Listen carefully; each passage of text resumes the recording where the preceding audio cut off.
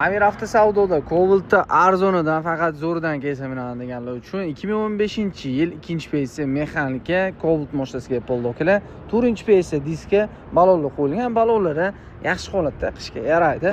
Salon qismlarini akalar ko'rishingiz mumkin. Okalar kilometr 500-3000 kilometr masofani bosyapti, lekin mashinaning holati zo'r, tetik holatda turibdi. Xo'p, mashinaga yaxshi chexol, evakor tashalgan Malibu 1 rollagacha ham qo'yilgan okalar. Asosiysi pakelini propan gaz ballongacha ham qo'yib qo'yishibdi. Qishga okalar maza qilib propanni quyib, o'chirtirib qiynalmay maza qilib yurasizlar. Kuzov holatlari ham yomon emas, yaxshi holatda.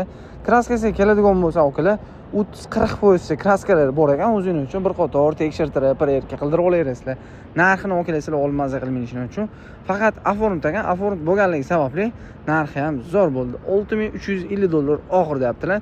$6350 ga 2015-yil minishga tayyor mexanika Cobalt mashinasi. Bemalol telefon qilib baraka qilishingiz mumkin.